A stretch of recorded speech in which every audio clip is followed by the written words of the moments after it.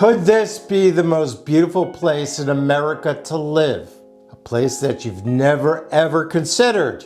Imagine a quiet town where billionaires pretend to live, snowstorms that rage on for months, and homes that cost a minimum of twice as much as California's exclusive Orange County, but owners typically are barely visible. Welcome to Jackson Hole, Wyoming, America's most paradoxical millionaire's paradise. Jackson Hole, Wyoming, population just 10,000. Once a sleepy ranching town, now synonymous with extreme wealth. Houses average over $2 million, nearly 6 times the national average. But here's the twist. Most homeowners barely set foot in their multi-million-dollar, quote-unquote, primary residencies. Why? Let's look at this. At first glance, Wyoming isn't welcoming. Brutal winters stretch on from September to May. Snow accumulates relentlessly, and winds often hit speeds of 70 miles per hour, which typically shuts down the major highways. Now, the largest city in Wyoming, Cheyenne, hosts just 65,000 people. Vast rural areas with poor soil and limited ability to grow agriculture. Yet paradoxically, Wyoming hosts the highest concentration of billionaires per capita in America. Now, Jackson Hole wasn't always a billionaire's haven. Initially, its striking natural beauty, highlighted by the Tetons, drew tourists and outdoor enthusiasts. The real catalyst, however, was Wyoming's lack of state income tax. Wealthy individuals quickly realized that they could buy homes here, claim primary residency, and save millions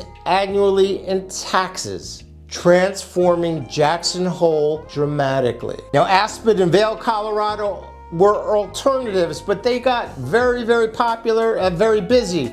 A lot of people liked their privacy. Now, the influx of wealth surged during the pandemic. A lot of rich people were seeking refuge from the crowded cities, and the ultra-rich drove housing prices skyward. Homes costing $2 million spiked to $4 million in just 1 year. Wealthy newcomers weren't just buying properties, they were buying solitude, safety, and significant financial advantages. Further compounding this issue, over 97% of Teton County's land is federally or state-owned, leaving minimal private land available. Wealthy homeowners eager to maintain exclusivity use conservation easements, donating development rights to secure massive tax deduction, preventing future construction and protecting their scenic views of those Grand Teton Mountains. This artificial scarcity drives property prices to staggering heights. Now, for shits and giggles, I went on Realtor.com, and some of those houses, 27 million, 30 million, for a partial ownership, which I never heard of except like in timeshares, like $1.6 million for a partial share of a house. Like crazy amounts of money.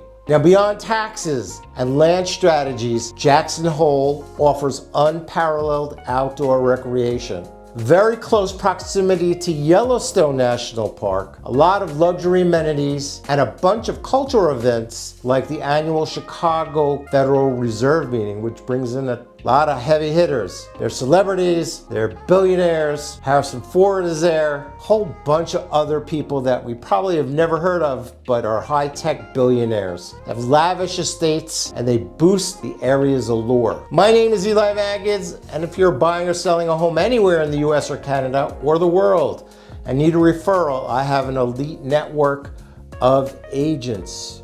Just reach out, call, text, or scan the QR code, and I'll get right back to you. And if you're looking at the Charlotte metro area where I'm located, I got your back. Call me. I specialize in luxury, resale homes, custom homes, and new home builds in the Charlotte metro area. But beneath all this glitter, all this facade, lies a stark reality. Longtime locals, your plumbers, Your waiters, your ski workers are facing rocketing rents and stagnant wages and a severe housing crisis. Who can afford $1 million for a shack? Many now commute from distant towns, priced out of their own communities. Economic stratification in Jackson Hole is among America's worst, threatening the cultural fabric that once defined this rugged, gorgeous town. Residents acknowledge Jackson's beauty and unique charm, but they grapple with the overwhelming crowds and rising inequality. Locals express pride in their environment, and they should. I was there many, many years ago, taking pictures with the little flat Instamatic cameras. I have pictures of the Grand Teton Mountains. Yet, frustration at the stark economic divide causes issues. Tourists flood Jackson in all seasons, simultaneously fueling the local economy, but exacerbating the affordability issues. Now, Jackson's wealth remains insulated, and Wyoming rarely benefits from all this wealth. The state of Wyoming relies primarily on the resource extraction of coal, oil, and gas, which funds half of its budget. It's a precarious economic dependency. As natural resources decline, Wyoming's financial stability falters, which places greater importance on tourism-driven economies like Jackson. Jackson Hole, Wyoming stands at a crossroads. Without some strategic intervention, this scenic valley risks becoming exclusively accessible to the ultra wealthy, eroding the authentic Western community that initially attracted so many people to this area. Wyoming has a very, very small population of people. People coming in from California, from New York, and Chicago are taking over. They are building a new airport specifically for all the private jets that fly in.